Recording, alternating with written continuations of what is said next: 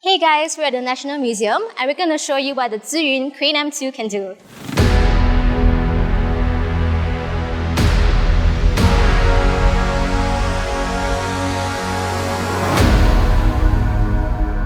So I've been carrying the Crane-M2 for a while now, and it's lightweight, which makes it perfect for travel and everyday use.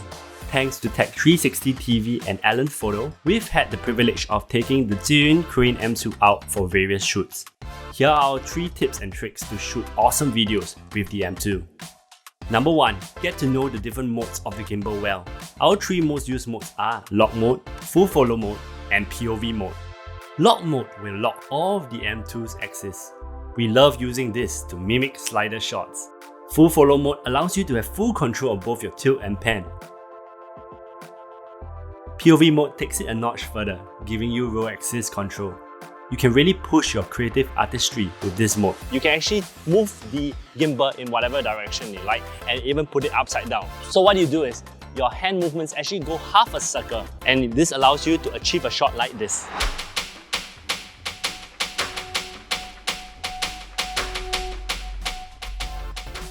Number 2. Experiment with VORTEX mode, Go mode, and Selfie mode. You can create really trippy shots with VORTEX mode, like what Jack has done here.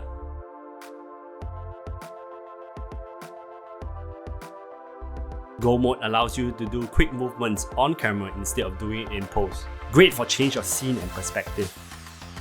And last but not least, we have selfie mode,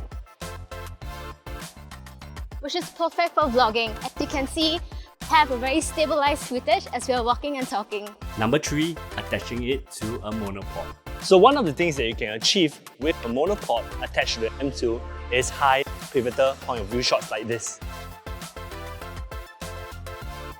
One more thing you can do with a monopod is to push your gimbal through really tight spaces that you will not be able to do with just your bare hands, like this.